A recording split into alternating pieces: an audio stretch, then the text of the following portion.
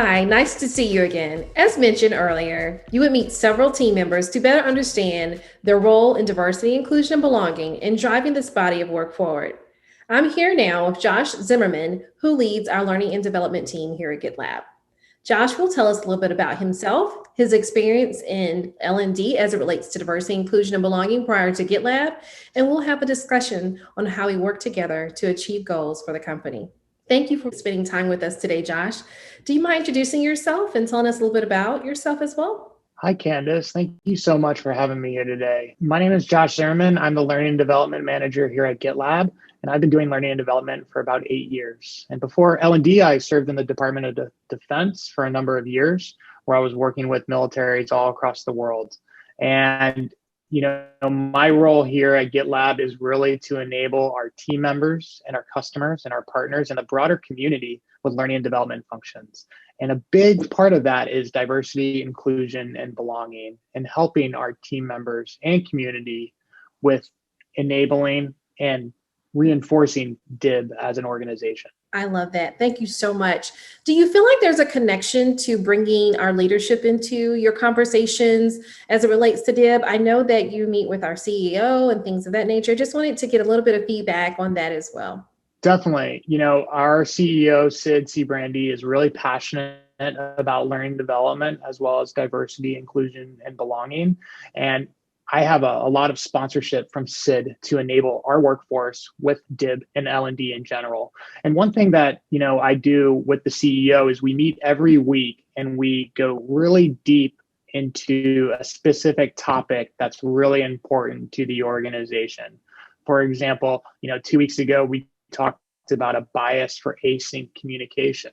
That's a really critical sub-value for us because we're a global organization. We operate at 65 plus countries, and there's a lot of language, differences and different languages spoken. So in order for us to be successful, we have to operate asynchronously.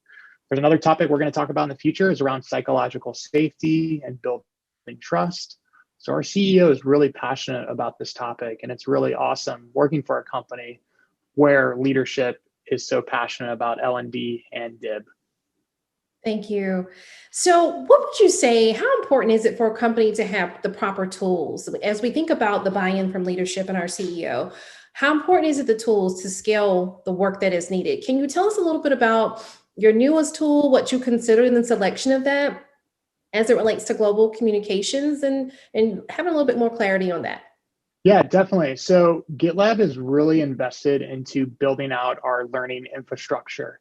And what I mean by a learning infrastructure is since we're an all remote company and we operate across 65 plus countries, we have to provide the technologies and the resources for team members to develop new skills at any time of the day, at any time they want, because we never stop. Our doors never technically close because we operate 24/7 technically. So it's really about building a learning infrastructure. And so we invested in a learning experience platform as well as a few content libraries. And the selection that went into that was really around, is it accessible, for anybody across the world? Are there language translation? Is it compatible for, different people in different parts of the world? Is the access there? So I think building the learning infrastructure to enable personalized and self-service learning is really at the forefront of our mind as an organization.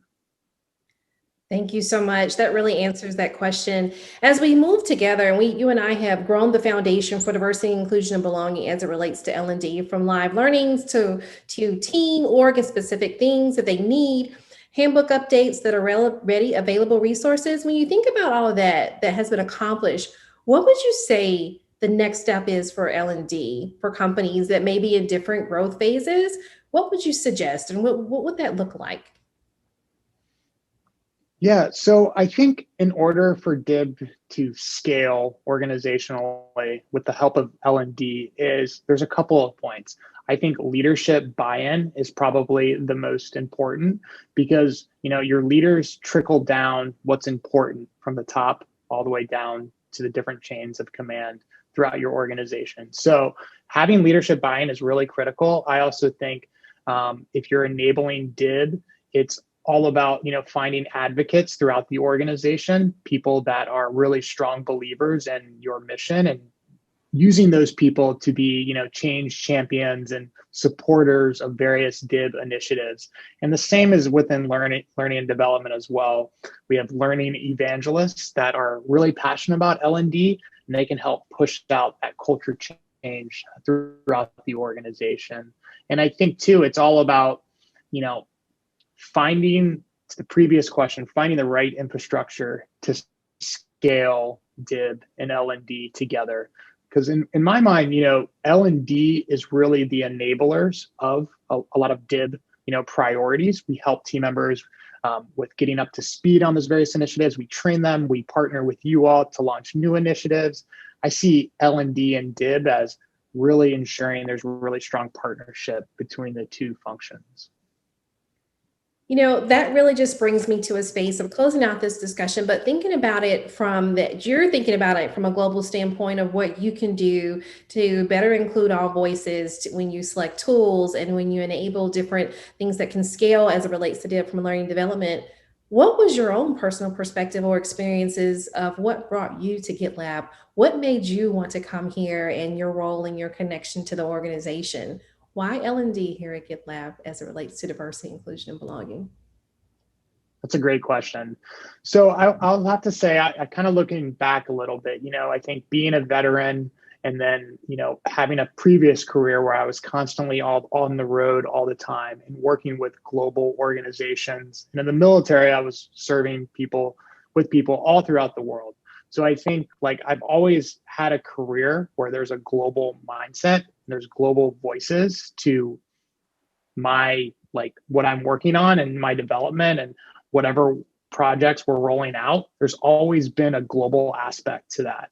And so I think with GitLab, as I was looking for more of an opportunity to spend more time with my family and at home and have better work-life balance, I think GitLab gave me the best of both worlds because one, it allowed me to maintain that global sort of presence and those global voices and working with people all throughout the world from different backgrounds and ethnicities and nationalities and personalities.